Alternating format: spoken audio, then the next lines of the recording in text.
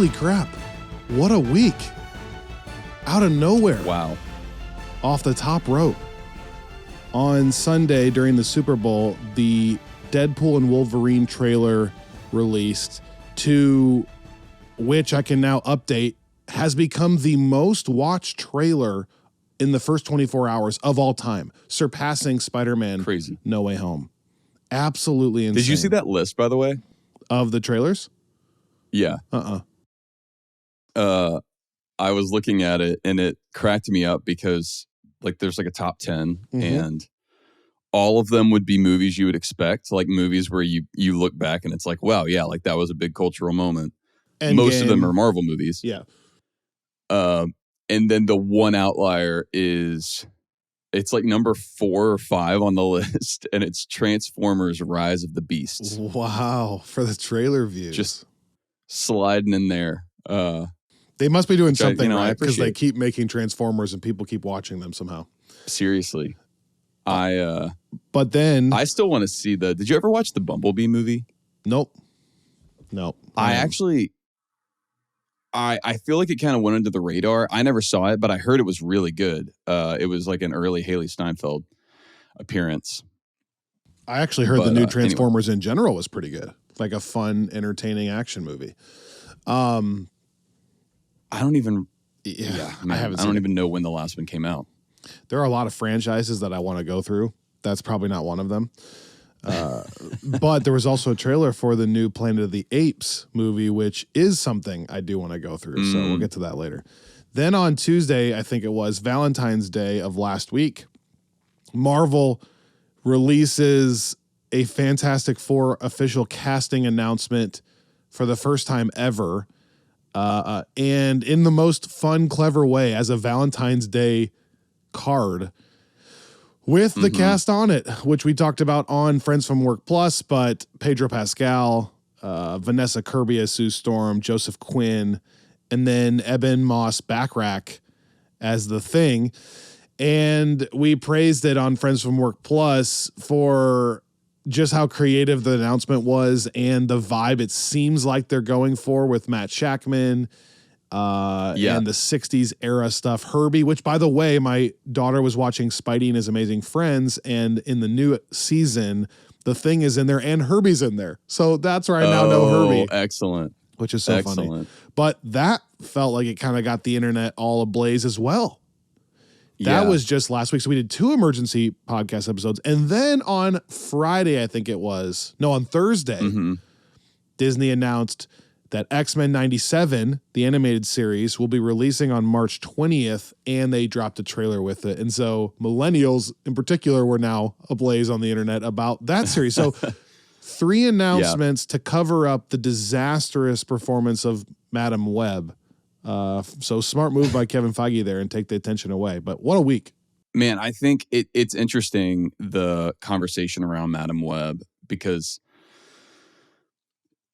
somehow Marvel is kind of being, like Marvel Studios is kind of being loosely roped in to the disaster that is Madam Web, at least from a press perspective. Not from me. Whereas I feel like that only flows one way, which is kind of what's frustrating to me. Like whenever there's a bad superhero project, especially from Sony that has kind of a Marvel affiliation, it's the only studio left that isn't Marvel that's making Marvel things.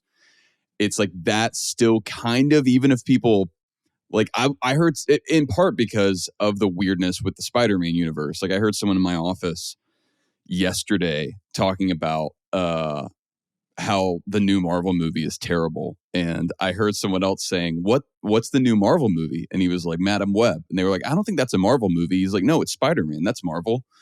And I think that is repeated. Please tell me you corrected him. Please tell me you corrected him. Robbie, I didn't. If you're not doing the Lord's work, then what are you doing out there on the front lines? He was out in the hallway and I didn't correct him. And now I'm thinking that my failure to correct is going to be like Peter's failure to stop the burglar. And now there are going to be some repercussions. Orders. Golly, Robbie. But I think that like that's on the audience side that can happen sometimes. I think the critics know better, but they still kind of lump in the like, oh, like, you know, another Marvel thing. But it's just funny because when something like Across the Spider-Verse comes out, that's incredible. Sure, it's not a mother. No one's like, oh man, Marvel hits it again. You know, it's like, great job, Sony. Today is a bold predictions episode. And one of them that I crossed off, I'm not going to do it, but I kind of was going to say, maybe within the next year or two, Sony gives up trying to make films and lets Marvel Studios take those characters in some deal. But I didn't do it. But I was thinking about that. Like, if it goes so bad for another 2 or 3, will they eventually just go, oh my gosh, like No Way Home, you make the movies, please? I mean, I think that Greg and I were actually talking about this the other day as we were kind of looking at the initial numbers on Madam Web. It seems like they clearly have Kraven the Hunter lined up. Mm-hmm. They have Venom 3 lined up, which I'm sure the final Venom film Shout out, Pete. Will probably be shout out, Pete. Will probably be a successful one for them commercially, unless just the moment has so turned. But I think that generally those movies have made a lot of money. I feel like that would be a perfect high note, relatively speaking, for them to end on. And then Sure. like, what's crazy to me is their live action movies have been so consistently bad for so long, arguably going all the way back to The Amazing Spider-Man 2, which in fairness, we kind of came out on slightly more positive than we had expected to when we were doing our Spider-Man rewatch. But even still, like any live action Sony thing that has not involved Marvel Studios has been kind of terrible. Think about it. Over the last 10 years. But all the animation has been like next level Oscar winning good. So I'm like, you've got such an easy way to kind of like save face and do an off ramp. Say like, we partnered with Marvel Studios and made some of the biggest Spider-Man movies, biggest superhero movies of all time that everybody loves. Let's just give them all of that, whatever they want to do with the Spider-Man stuff. We'll keep our cut financially, but we're going to, in terms of making things, focus on these animated movies that are continuing to blow everyone's minds. Think about it, though. Money drives everything. So even though Morbius was critically terrible, because of that whole movement, it even went back into theaters. Like Sony was so unaware of people making fun of the film that it made its way back into theaters. So it's not going to take bad, negative press. It's going to take bad performance at the box office. So if Madam Web doesn't do well actually financially, then I think there's a shot that if Kraven doesn't and Venom 3 doesn't, that then they go, okay, it's not working financially. Because I think they don't want to give up all the rights because they want to make their own movies at whatever frequency they want, not tied to Marvel, because Marvel may slow it way down. That being said, can you think about, as a Marvel Studios fan, how fun it would be to have all those rights back, to have Marvel Studios tell a Venom story, to start bringing in the Spider-Man universe better, and find a way to loop into this multiversal era, into the Spider-Verse stuff with Miles Morales somehow. Oh wow, yeah. I just think it'd be fun to pass the reins over there. I wondered that last time I watched Across the Spider-Verse, which, I think this is maybe an appropriate topic for today's episode, but I realized like they do kind of set like the theory of the multiverse in Across the Spider-Verse on the one hand, I think is actually so far a lot more coherent than what Marvel Studios has done. Yep. In part just because those movies are clearly focused on that, and there's exposition there focused on clarifying what the stakes are and yada yada. But all that said, I also noted not only do you get that reference in the movie to Tom Holland's Spider-Man and Doctor Strange and the MCU, but the theory of the multiverse there, it could actually work within the MCU if there was ever any interest in doing that. I don't think that would need to be anything other than kind of like a fun cameo, sort of in the same way that we got from Donald Glover in Across the Spider-Verse. Mm-hmm. But I do like that even just in theory, those could, like, all the universes we've seen in the Miles movies could exist like within the framework that's being introduced within the MCU. And so it's like, even if you do have like, even if the rights continue on the way that they are currently, there's still a way that they're all kind of now connected. I mean, No Way Home essentially did that anyway, but I just like that that's still on the table. So I agree with you that that's a fun possibility. I'm running out of words to describe just how special the last 10 minutes of Across the Spider-Verse are. Oh my gosh, from the time he realizes, spoilers here, that he's in the wrong universe and Gwen is kind of putting that together at the same time, and then the starting a band thing with that track. Oh my gosh, dude. That track, the last like 2 minutes of that movie are as rewatchable to me. Like I listen to just that music all the time. That track in particular. Unbelievable movie. By the way, welcome back to Friends from Work, a podcast about all things in the Marvel Cinematic Universe, hosted by me, Kyle Sconowell, and my longtime friend from work, Robbie Earl. And today we are going to be making some bold predictions for the MCU in 2024 and maybe 2025 a little bit, because we skipped a year last year. But what's really fun about this is that we have receipts. We can now go back and follow up on the previous episodes and predictions we made, which you have no idea. You can't remember. I couldn't remember until I went back to 2022 and listened to our episode and found some really fun stuff, which, by the way, it's just kind of fun to listen to old things. It's fun to listen to us predict and project where we think things are going before the movie, and then now knowing what happened, it's kind of almost funny. Yeah. But it shows, it gives you a glimpse of where we were at that time. But today we're going to be making some more predictions. Before we do that, Rob, I want to follow up on the 3 that we did. We did 3 each in 2022. Didn't do any in 2023. Here you go. I think technically I went 1 for 3 and you went 0 for 3, I think. So, all right. Here you go. My first prediction was that Moon Knight will become my second favorite show, which I think is the one I got correct. Until Loki season 2, that was my number 2, even ahead of Loki season 1, which was often a debate on this podcast. So I think I got that right. I talked about how I was so stoked for that tone, and all that applies. Yeah, I think that's fair. Your first prediction, which is interesting, is that Gore will become your favorite villain. And you went on a whole thing about how it was set up that way. But I'm going to say over 3 because really we kind of left feeling like that was the one part of the film that could have been developed even more, right? You wouldn't say it was your favorite villain now. No. I mean, I don't fault past me for making that prediction because I think Gore is one of the more compelling comic villains. I don't fault you anyways. And it's Christian Bale. Yeah, I don't fault you. But yeah, I do. I think that I think of all the things that I love about that movie, Gore plays a really important part in all the things I love, but I don't think that that's my biggest takeaway from that. So fair. Yeah, it's not laughable for sure, the prediction. I predicted that Thor would die, and I was obviously wrong. I will say, however, Jane dies as the mighty Thor, Yeah. so I was on to something as far as there being some closure, but no, Thor did not die. Way wrong. You predicted, and you said you almost tried to speak this into existence, that Nakia will become the next Black Panther. Oh, yeah, man. And that did not happen. So 1 for 2 for me, 0 for 2 for you. And then I said, and I think I'm wrong on this, I predicted that one of the post-credit sequences from that year would include Kang. And I don't think they did Kang in 2022, right? We didn't see him until He Who Remains as Loki season 1. Is that correct? Yeah.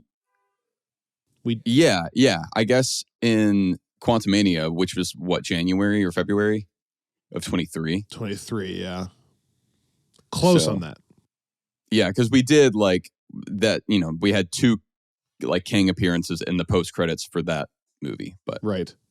And then your last prediction was that we'll see Gamora reunited with the Guardians of the Galaxy in the holiday special, which was very obviously not the plot. They were trying to, they missed her in that movie, which is the opposite. Yeah. I still thought that would make a certain kind of sense, but again, seeing the path that they took. Yeah, this worked out even better now. really, in hindsight. Yeah. The fact that she is reunited in the new film, but not in the way you think. Like, they don't get back together, which I think is the right way to go. For sure. That was it. Wow. Yeah. We didn't do one last year, and I'm excited to do this one this year.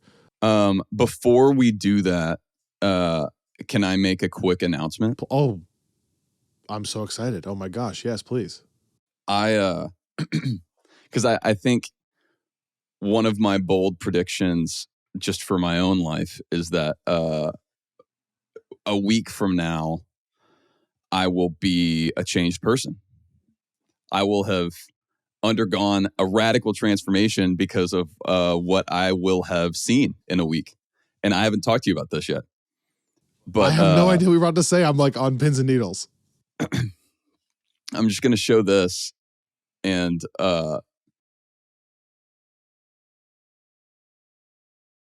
John Williams and Yo-Yo Ma, are you going to a concert? I am getting to go see John Williams and Yo-Yo Ma perform at Carnegie Hall next week. And why are you going to be in New York for this concert? Exclusively for this concert. You're just flying to New York to do that? I've been trying to see Williams conduct because I know that he's not going to do it that many times. He's like always on the edge of retiring. And these, like, it wound up right after Christmas that we were able to get in, and I got this. I for the longest time I didn't know if it was legitimate or not, because normally this stuff is so hard to get into for any price that's not like terrifying to behold. Sure. And then I got this in the mail, this invitation, and if you see, it is from George Lucas and Steven Spielberg because they are co-chairing this gala at Carnegie Hall honoring the career of John Williams. And because John Williams has composed concertos for Yo-Yo Ma is also going to be there performing. I think he's certainly performing some of Williams' compositions. I don't know what he's performing beyond that, but they have provided a set list ahead of time, and I'm just so excited. There's like a lot of Raiders. There's Princess Leia's theme. You are so some funny. Last Crusade, some E.T. That's incredible.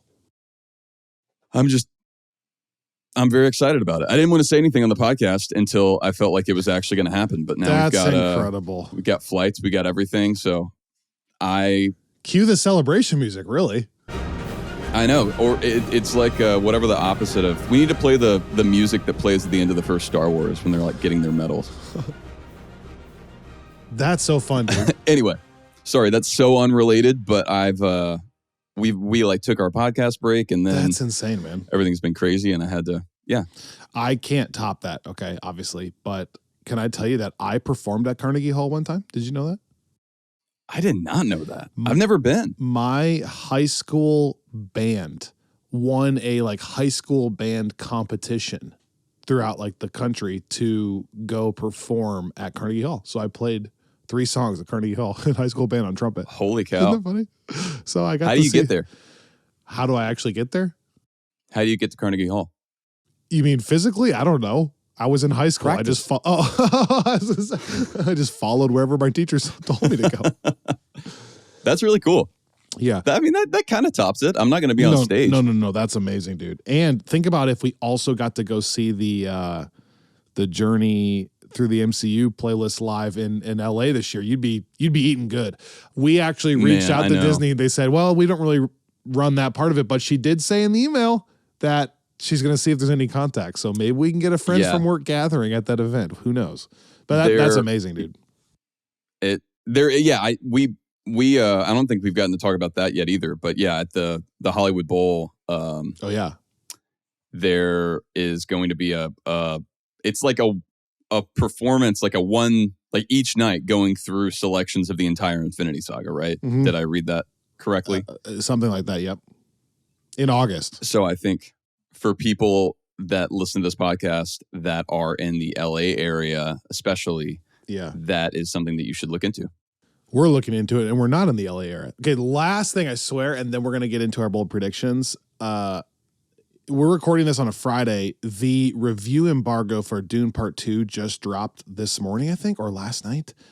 If you're listening to this episode on Monday, I am seeing Dune Part 2 tomorrow, Tuesday night.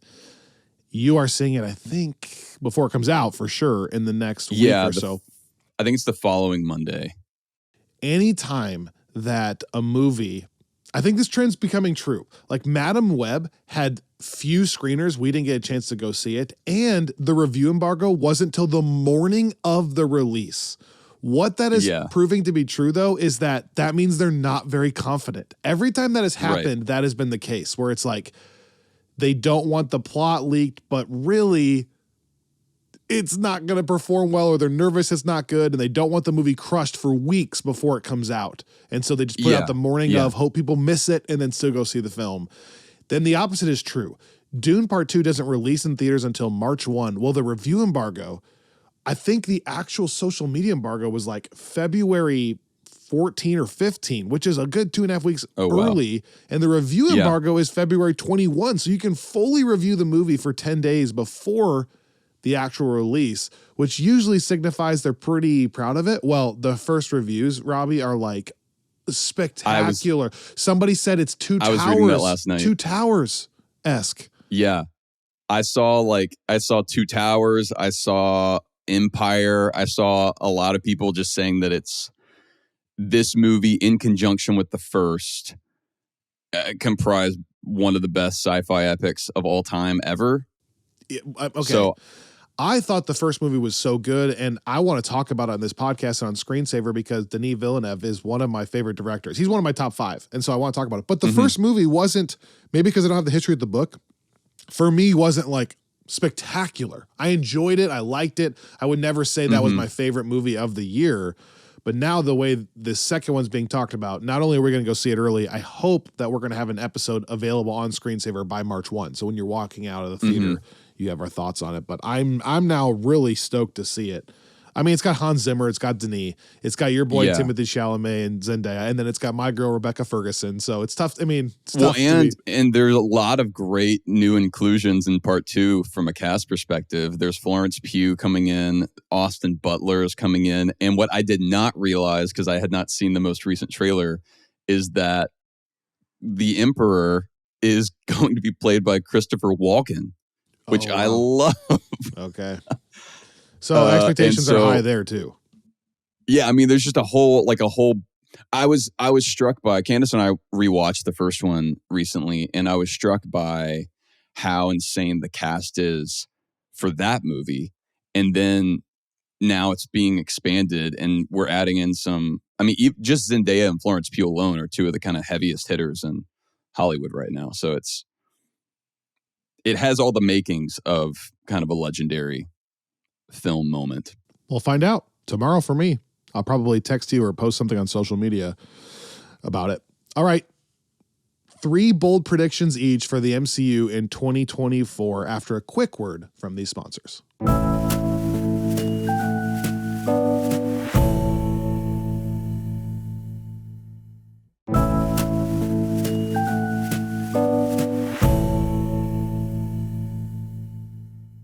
Because this is kind of relating to the conversation we were just having about box office performance and reviews and whatnot. I think that my first bold prediction is that Deadpool 3 will break the record for highest earning R-rated film. Okay, I thought about doing something like that. I wasn't sure how bold that was. I didn't do this, but I thought I was going to say I was going to make a prediction of the next 2 or 3 Marvel films. Why are there balloons on my screen right? Do you see that? I don't know. I liked it though. I liked it. How did it know to do I hope balloons? that comes across on the the podcast I don't think it will, but just for anyone listening, I was about to make a prediction and balloons started going across my screen. Well, congratulations. Yeah. Hey, thanks. I thought the next 2 or 3 films might all gross over $1 billion. I was going to do something like that, but oh wow. But anyways, break the record. Do you know what the record is when you say that or not? I don't know what it is off the top of my head. Like the number or the movie that holds the record? Both, I guess.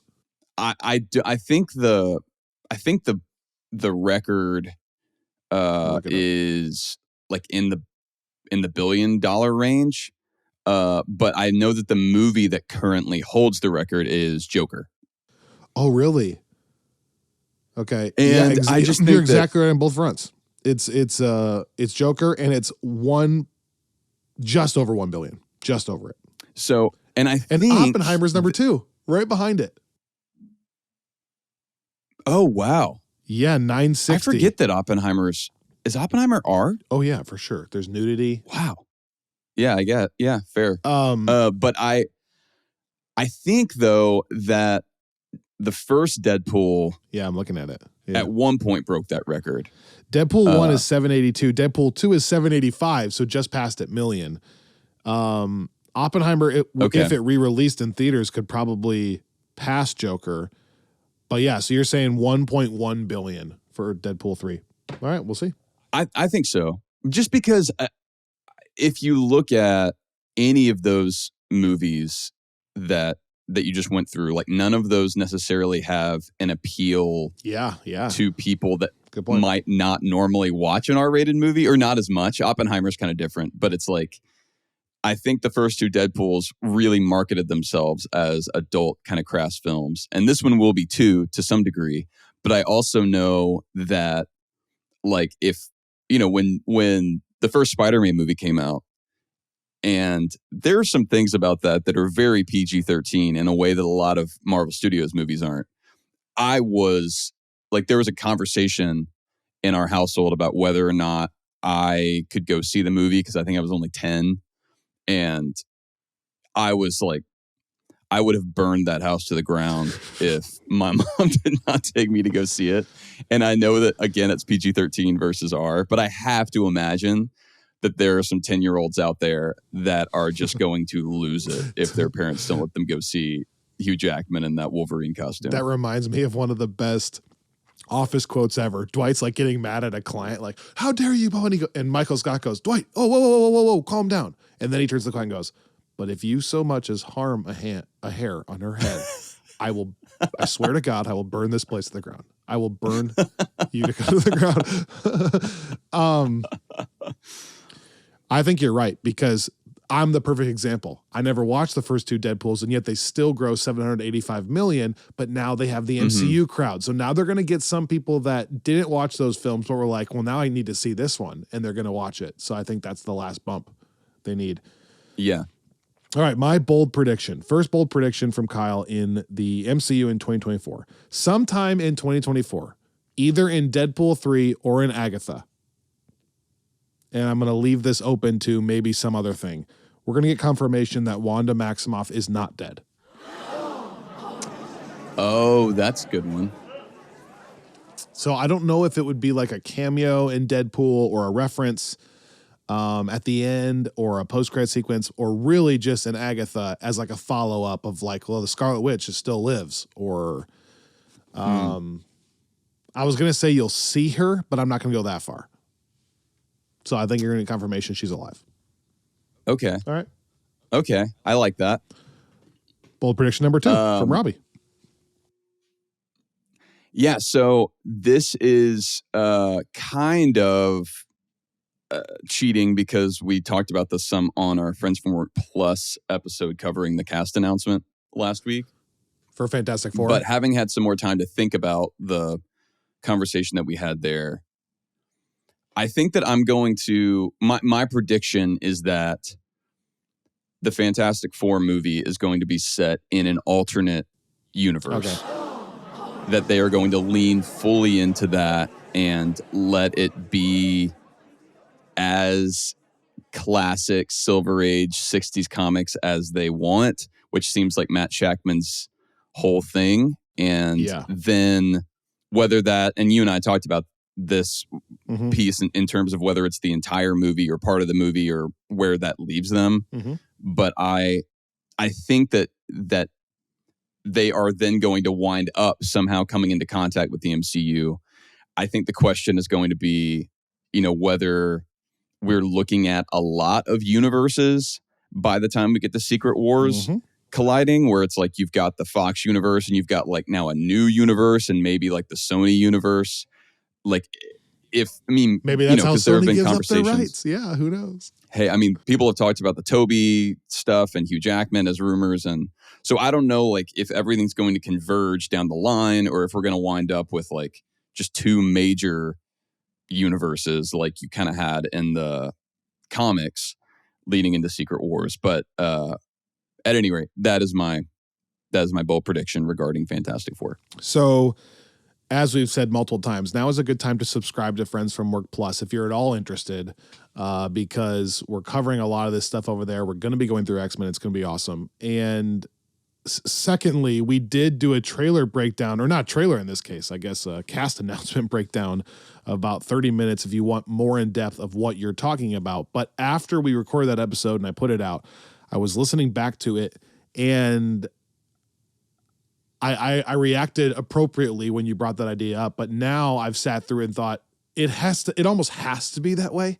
Like I saw on Twitter, there were rumors that they're trying to cast Galactus and they're trying to cast the Silver Surfer right now. And I just thought like that would be so fun in its own world. And because of the multiversal saga, they can have the best of both worlds. They can have their cake and eat it too, because they can do the whole story in a different world and then still have it collide. But you just cannot set a Fantastic Four that was around in the 60s with Galactus that the world just didn't know about or didn't tell us about in Iron Man. You know, like I think in a weird way, the danger of doing that, I've gone from, oh, that'd be fun to, it'll be disappointing if they do it a different way, just because the danger of belittling the first Avengers team and Iron Man and his origin by putting something like this in there, like I was nervous with Captain Marvel and Endgame. I think this is the best win ever. You can have the whole movie exist somewhere else, and it'll be so refreshing to see all these characters, and then it will be even cooler to see them interact with the MCU at that point. Although, you know, my hesitation, my concern there in the way they do that would be if they do wind up in our universe and they are, you know, it's just them and they've built out, like if you do go into Galactus and the Silver Surfer and you introduce those in that first film, did those characters come over with them? Maybe. You know, or is that like a one and done thing? And then I don't know anything about these characters, but isn't Galactus like a universe eating? Yeah. Okay, so like couldn't there be some way that he breaks through the multiversal thing or something? For sure. Or that there's actually, I mean, there's some imagery that comes to mind from the Secret Wars era-esque that actually kind of is exactly that. So I think, that's an option. And maybe maybe that's it. Like maybe that's how the Fantastic Four become, like in the same way that Marvel's done a good job of this in the past. Like they made T'Challa, like they introduced him in Civil War, and then kind of right on the heels of the Black Panther movie, they then make him a huge part of Infinity War, or at least Wakanda a huge part of Infinity War. And I think like very much make it an anchor property in, again, the Black Panther movie was already that, but within the MCU story. And I feel like that could be a way for them to do that here. Like maybe it's not just that they happen to wind up here. Maybe it's like they're involved in the larger crisis. Well, and the villain side of this entire thing is fascinating. Not only with the Kang drama, Jonathan Majors drama off camera, but correct me if I'm wrong, isn't kind of the whole point of Secret Wars is that it's not really driven necessarily by one villain, right? It's driven by these universes having to decide what they want to do with this conflict. There are villains, but I just wonder, like, are they going to try to anchor the entire Avengers Secret Wars around stopping a person, whether that be Doctor Doom or Galactus, which, by the way, Doctor Doom was almost one of my predictions. I didn't make it. Or Kang recasted or something, or a group of villains that get together and decide that's what they want. Or is it not even really about the villain? It's about the other universes and having to decide what happens here, you know? Yeah, I mean, I think what's hard about that, and well, what makes it fun is that it's never really been clear whether Marvel is adapting the 80s Secret Wars or the 2015 Secret Wars. And those both heavily involve Doctor Doom, but the premise of the first is a bunch of heroes and villains are magically transported to a random planet where they fight and see who wins. And it's just like the joke is that it was to sell action figures, because it basically is like what every kid comes up with when they're It's just a playing battle, with sure. their action figures. The 2015 Secret Wars was the one that's coming after all the incursions. It results in like a patchwork world that is built of all of the different parts of the universes that were able to be salvaged and created into like one planet Earth where everything is like juxtaposed. But isn't the point of the incursions before that is it's kind of like the Joker at the end of The Dark Knight, right? That one universe has to decide to sacrifice the other one, Yes. otherwise they both die.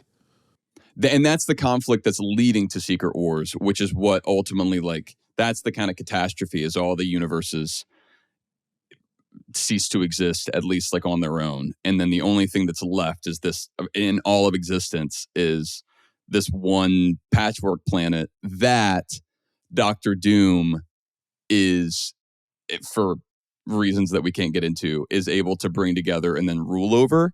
And then so he does become, the whole reason I say that is he is the main villain of the Secret Wars 2015 miniseries in 2015.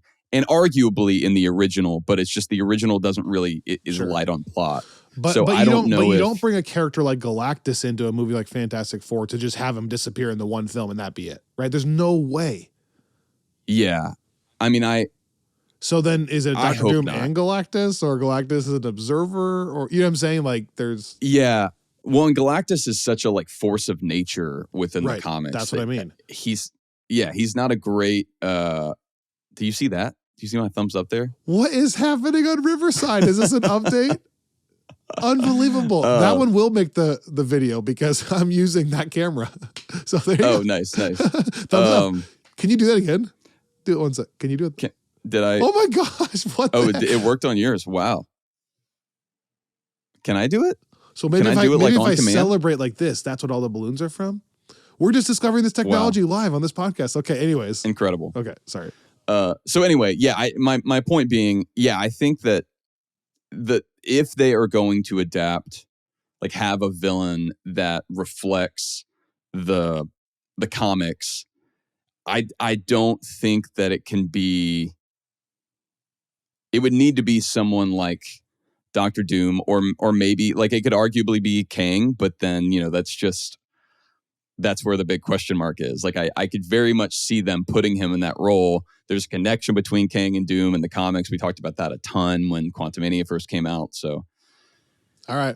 I don't know. I do think it's like, I mean, when you look at look at the Fantastic Four comics, Doctor Doom is one of the earliest pieces of that mythology. He is, for the longest time, was the villain within the entire Marvel Comics universe. If they're going to have a Doctor Doom, shout out Cam on our Discord. I do think it needs to be Cillian Murphy, just because that would be so cool. My gosh. It'd be so cool, especially off the heels of Oppenheimer, to then have him in our world. And you probably could convince him to be around for multiple films, I think. Mm-hmm. Man, I know. I wonder if he would be. Did you see Ben Mendelsohn, down. by the way, too? His What's that? Did you see Ben Mendelsohn this week?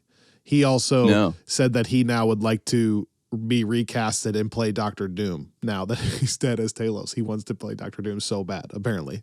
Oh, wow. That, you know what? The funny thing is that would be fine because he'd be wearing his mask the whole time anyway, and he was mostly in makeup as Talos. No, but I think someone like Cillian Murphy would be, Do you think Cillian would do that? Do you think that I don't know. I mean, obviously, Chris Nolan got him to be around for multiple films in the Dark Knight universe, but that's because it's Chris Nolan and they have a thing, you know? Yeah, But you know, Marvel could probably pull it off as just like hey, do the Fantastic Four thing. It's one of the most legendary heroes. Villains. Like it's one of the most legendary characters, I should say. Like, sell them hard on it, and then be like, we're all building towards this, and Secret Wars is gonna be directed by so and so, and it'll be awesome. Yeah. Trust me, blah blah. Like just I don't know, but. Maybe no, not. I could see. He has been open to it in the media, like during his media rounds with Oppenheimer. Oh, really? Yeah, he hasn't like shut down. Well, not Dr. Doom in particular, but whenever he's asked about like blockbusters or Marvel movies or whatever, he's like, if the script is right, I would be, into it. Okay. So. Okay. I mean, and you do, like we've talked about RDJ. I feel like they had a bond that developed that's on so set. true. So he could pitch him on that. And yeah, because I think like, man, I've been so interested in reading all these interviews, and I know you've listened to some from Robert Downey Jr., but I think it seems to me that he, really values his time at Marvel. Yes. I think he also it sounds like just Oppenheimer was the perfect project for him coming back, in terms of him kind of casting his own like role within Hollywood. And like I think that I've seen him and Killian both talk about like what a special process that was, like making that film, how like Chris is such a unique director to work with, and how like grounded everything is on cast. Like I think he's a very demanding director. Mm-hmm. And so it's like I wonder sometimes whether like if RDJ and Cillian Murphy are talking, is because I've seen Robert make some comments about how it's nice to not have so much like green screen going on, like being able to act, and so much of the performance being rooted in like actuality, rather than being told like pretend you're looking up at a purple alien. Yeah, but also I've seen the opposite quote from him. I told you that. Like his famous thing in Variety or whatever was that he said some of the best acting I've ever done was. Oh, yeah. No, but I just wonder, like, if I could see Killian being a guy that really values the sure Nolan approach. But so it's encouraging to me that he said that he's open to that, because I do think, man, I'm like straight obsessed with Oppenheimer at this point in my life. You are. It's like the thing that I can't stop thinking about. So, all right, my second bold prediction here. Don't know how bold this is. You can decide. I think before the end of the year, before Christmas in 2024, Spider-Man 4 will be announced. And I think it will be announced even sooner. Like the release date won't be that far off. Like I think there's a chance it comes out next Christmas, 2025. I think that there is stuff brewing already. And they're keeping it under wraps. Interesting. And I think if that were the case, I'll follow up. 2025 might be one of my favorite comic book film years, if that happens, ever. With 2014 obviously being another contender, and probably 2017 being another. I think if they nailed Fantastic Four with Matt Jackman being the director, Daredevil Born Again, with the history I now have with that Netflix series, and then if Spider-Man 4 came out as well, there's more. Moorhead and Benson. Yeah. There would be potential there. And that's not even to say if like maybe Thunderbolts is awesome, maybe Captain America Brave New World is awesome. I don't know that, but just those three alone would probably do it for me. So anyways, by the end of the year, Spider-Man 4 will be announced with Tom Holland. Man, what's fun about that too is I think that with the shuffle now, if I'm getting this right, it's in some order, right? It's Captain America, Thunderbolts, and Born Again, like all in one block now. It's always changing. I'm nervous that Thunderbolts is going to get behind Fantastic Four potentially. Okay, I thought, that makes sense. I know. I think I saw that maybe Thunderbolts and Captain America were swapped. But I guess my point in all that is that can make for a nice little mini grounded MCU arc, for like, which I think after Deadpool and Agatha might be nice. Like, I think so. I'm curious to see. Also, the Born Again comic famously features Captain America. Mm. And I do wonder if There's like there's synergy I wonder there. what kind of cameos we might get now that, like in a Daredevil series where he is actually in the MCU. I won't. Well, you're stealing my thunder for the third one. Your third bold prediction. Okay. Well, kind of on the cameo front, I think my bold prediction is that Deadpool 3 will give us a little more of the 838 Illuminati universe that we saw in Multiverse of Madness. So he spends significant time in that one in particular. I don't know that it's significant time there. I wonder if because that is the universe where they're aware of incursions. They've named it. They're cataloging universes. That's where the Illuminati, some version of the Illuminati existed. The reason I think it's a bold prediction is it's not a necessary thing for them to do. But I think if they were to do that and have one movie that links up the Loki multiverse stuff with the Doctor Strange multiverse stuff, especially given that I think we're supposed to get a little bit more Doctor Strange multiverse stuff in the follow-up to that film. I mean, at least based on the end credits. I feel like just from the perspective of creating a coherent narrative across the multiverse saga, I feel like that would be like a small but like welcome little like piece of connective tissue. Okay, I'm going to jump right off that with my third and final prediction. And this is me just shooting my shot. Okay, so I'm getting more bold as we go along here. Here we go. I love it. This might make me look stupid in 2 years when we look back at this. I think that Michael Fassbender will make a cameo in Deadpool 3. Ooh. Is that hot or not? I feel like you're going to see him in this. And I Googled it. It like he's open to it, but there's no confirmation that that's the case. But I could just see a world where this totally makes sense. Man, I mean, that's a great one. And that's a great one to end on because we did have the X-Men 97 trailer. Obviously, we had the Deadpool trailer less than a week before that. And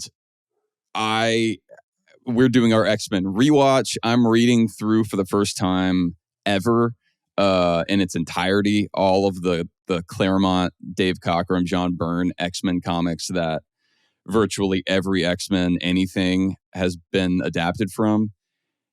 And so I'm so curious what the next few years looks like on the X-Men side whenever it comes to like who does show up and who shows up as like a fun wink and who shows up in a significant way.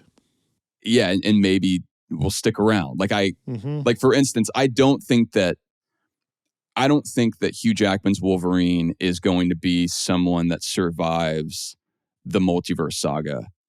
Like I think that from what they've that's a from what fourth they've bold said, prediction. So like he's around in Deadpool, he's around for Secret Wars, but then he's the casualty just for like by his age and his contract and all that.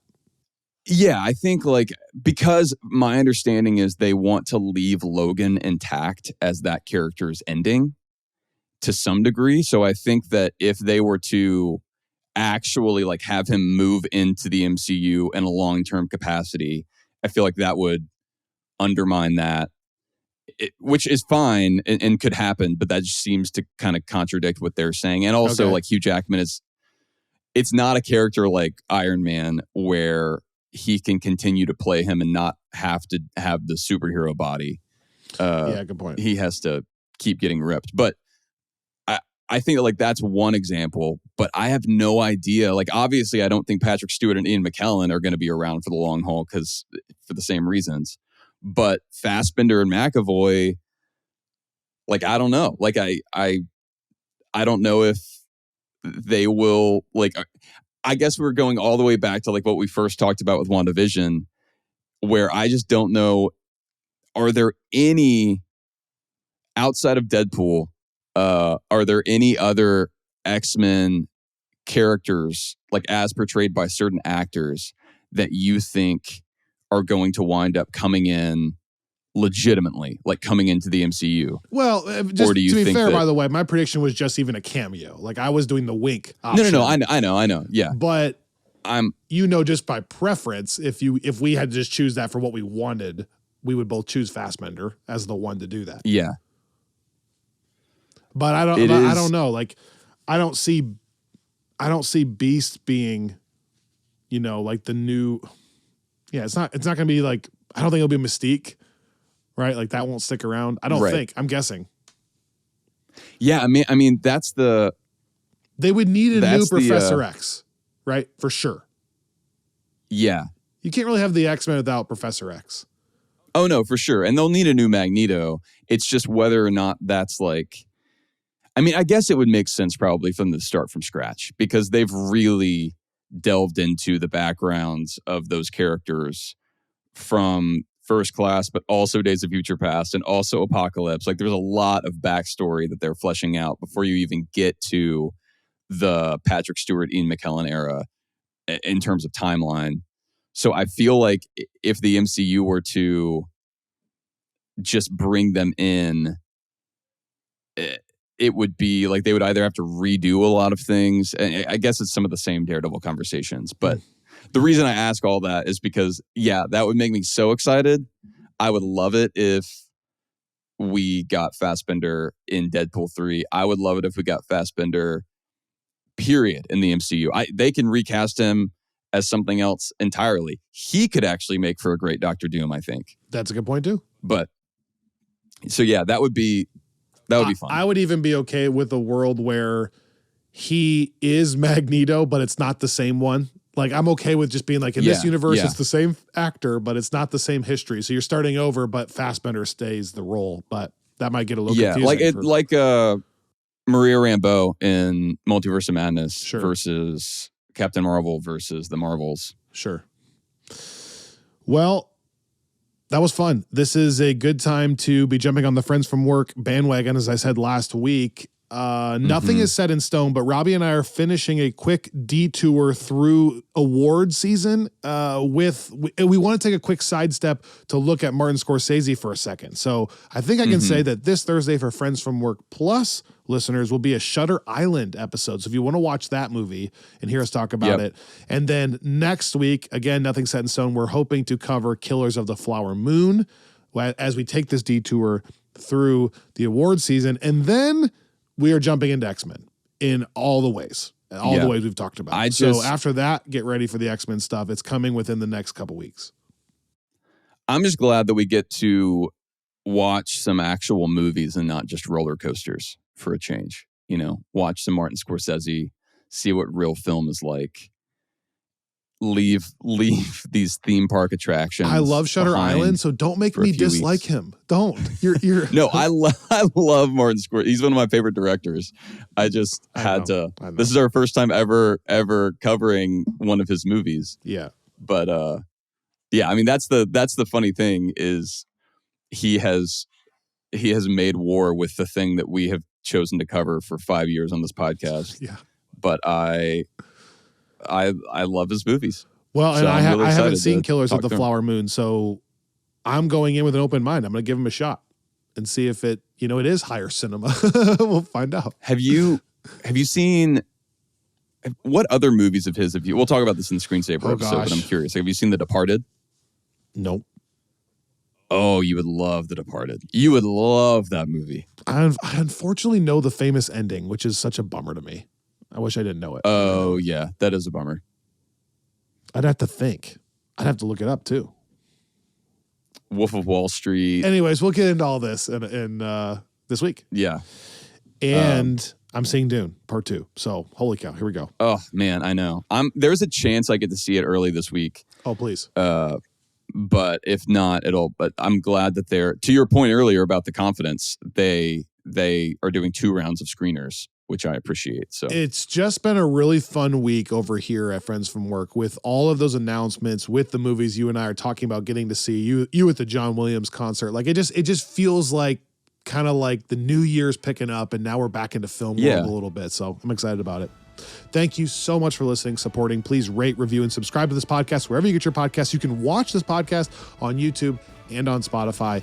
And we'll see you next time right back here on Friends from Work.